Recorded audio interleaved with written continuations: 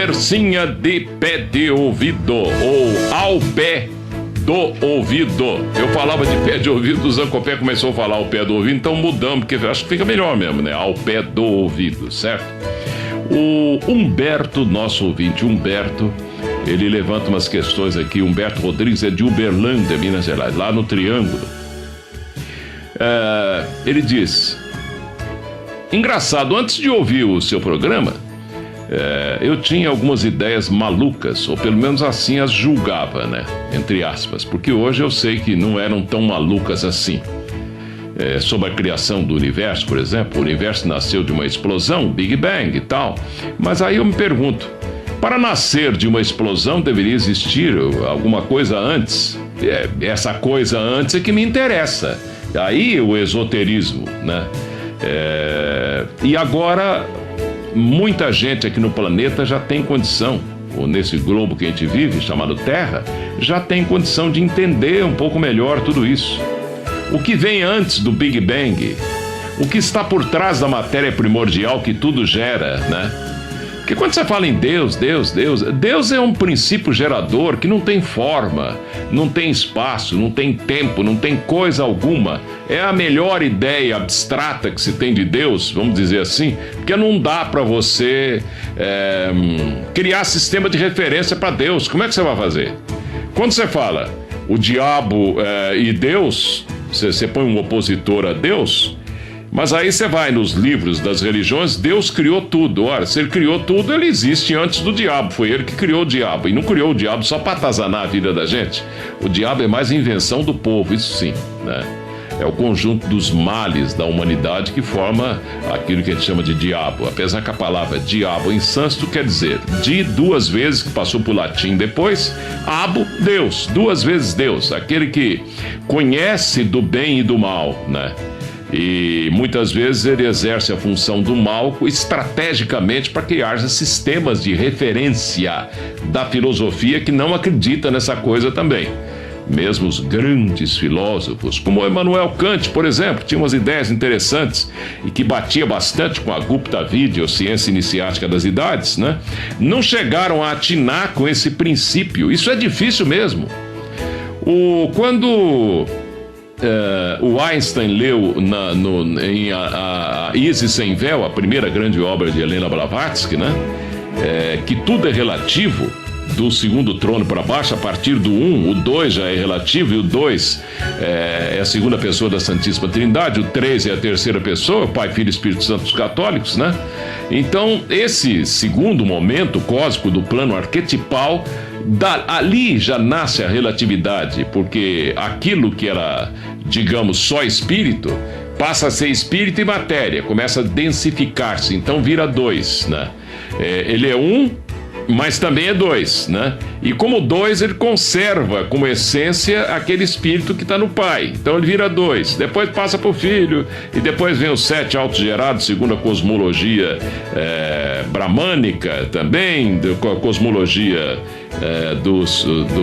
até cristã também fala nos autogerados, são os grandes arcanjos, né? E outras tantas de outros povos que já desapareceram aqui da Terra há muito tempo, né? Então, são coisas um pouco melhores do que você continuar acreditando num barrinho que manipulou aquele barro, um ser veinho que a gente chama de Deus, mexeu naquele barro, deu um sopro e saiu andando aquele ser, né? Arrancou a costela dele, virou Eva. Não seria melhor acreditar que um Adão celeste desceu aqui com o anjo caído, né? É o Adam Kadmon, dividiu-se em Adão e Eva. Então, você está percebendo que, mesmo que seja mentira, tudo que a gente esteja falando é uma mentira um pouquinho melhor, né? É melhor aceitar uma mentira dessa do que uma coisa tão infantil quanto.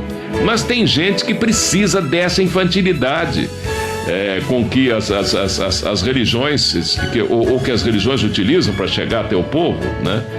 E tem gente que ainda precisa, porque nós somos infantis, psicomentalmente infantis, devido ao momento cósmico, ô Humberto, mas todos nós somos, mas uns são mais infantis que os outros.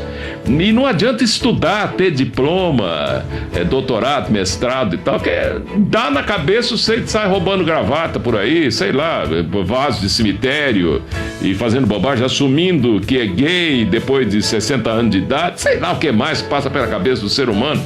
O ser humano tem receio de pôr pra fora aquilo que vai na cabeça dele, porque é tanta tolice, é tanta besteira. E eu tô falando com conhecimento de causa, que pela minha cabeça também passa a mesma coisa. Eu sou farinha do mesmo saco que todos vocês, né?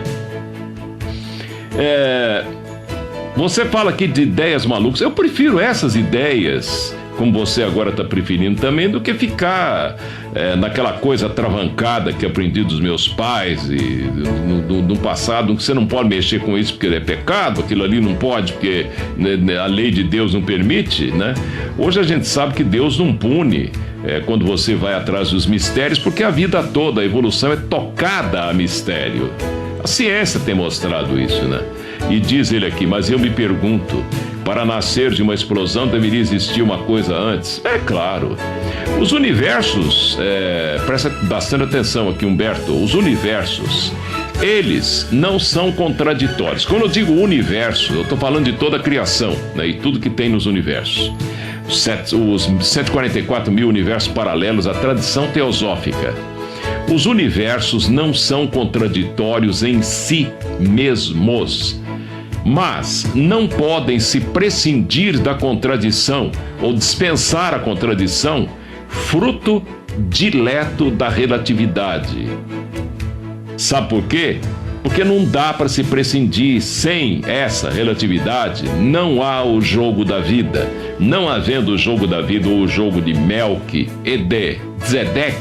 Melqui mal, Zedeque bom, não há como raciocinar. São um sistema de referência da filosofia. Sistema que Aristóteles passou para a gente em 400 e não sei quanto antes de Cristo. Mas Hermes Trismegisto, muito antes, em 3500, já passou as normas ou leis que deveriam gerir o quinto dia da criação, um momento mental, quando ele afirmou, com sua primeira lei, são 7 as leis, tudo é mental. Primeiro princípio é lei, depois vem o princípio da polaridade, aí é a própria relatividade. Tudo que é mental tem que ser relativo. Então, se é mental, a polaridade está ali, positivo e negativo, alfa e ômega, né? Desenvolvimento na horizontal e vai por aí afora. Ele está se referindo então ao segundo trono, o mundo mental, o mundo das leis, né?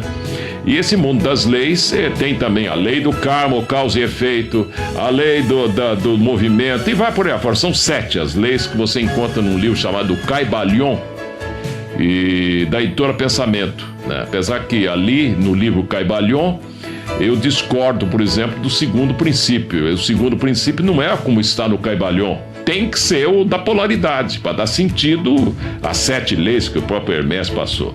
Mas o ser humano vai mexendo para facilitar o entendimento e acaba complicando e atrapalhando, né? E ele continua dizendo aqui, Humberto, quando você falou de música, né, principalmente músicas eruditas, bem intensas, eu sinto que elas me tocam demais para ser apenas uma coisa inventada pelo homem, né? E você tem razão, eu já falei isso aqui várias vezes. A música erudita, a música clássica, chamemos assim, né? Ela saiu da cabeça de 56 arcanos menores do Torá ou do Tarô. Esses arcanos menores, ou arcanos da emoção, ou da psique, da alma animal, daquilo que nos mobiliza, da alma que nos anima, que nos mantém eretos e vivos, né? Porque só o plano mental, que é hoje uma porção dele é nosso espírito, ou alma espiritual, não consegue nos manter eretos, vivos, andando por aí nesse corpo físico. Nós precisamos de uma alma animal também, uma porção do plano astral, né? Do corpo de desejo, ou kama-rupas, como os hindus antigos e sábios sabiam lá para trás, não agora, né? Então, nós temos 2 almas, uma espiritual, que é composta de uma porção do plano mental, e uma astral, que é composta de porção do plano astral, né? Então a primeira alma, ou alma espiritual, a primeira alma astral, ela está ligada aos 52 arcanos menores, ou arcanos da emoção, porque não há doença mental, há doença psíquica, ou da alma animal, né? Não há debilidade mental como a medicina acha. Há debilidade psíquica, que atravanca o pensamento. O indivíduo acaba todo atrapalhado porque não sabe pensar, mas afeta a psique dele, entendeu? Daí, acertadamente, a ciência chama de psiquiatra, psicanalista, né? Ou aquele que trata da alma. Mas que alma? A alma animal, né? Ora, eles vieram para nos tratar, então é uma terapia da alma, a música clássica. Só que ela não está pronta. Ela vai ter que ter outros arranjos futuros, etc. Mas como os avataras, os que vêm aqui, têm pressa, e às vezes eles acabam comendo cru, por isso, né? Não esperam cozinhar direito, vai ficar tudo guardadinho com essas músicas dos 56 arcanos menores, né? Para num futuro ser uma musicoterapia extraordinária e prevenir doenças que afetam o corpo físico mais tarde. Esse é o lado esotérico da música clássica, tá compreendendo, Humberto? Ainda bem que elas tocam, porque Wagner, por exemplo, é o chamado de construtor de catedrais pelos esotéricos, né? A música do Wagner, para quem tem clarividência adequada, você vê catedrais se formando no éter, etc. É uma coisa muito bonita. Eu já tive uma visão dessa, é muito bonito. E é até perigoso você ficar apaixonado por umas catedrais dessas aí criadas pelo Wagner e a música dele. Beethoven, por exemplo, que é tido como o maior de todos os clássicos, né?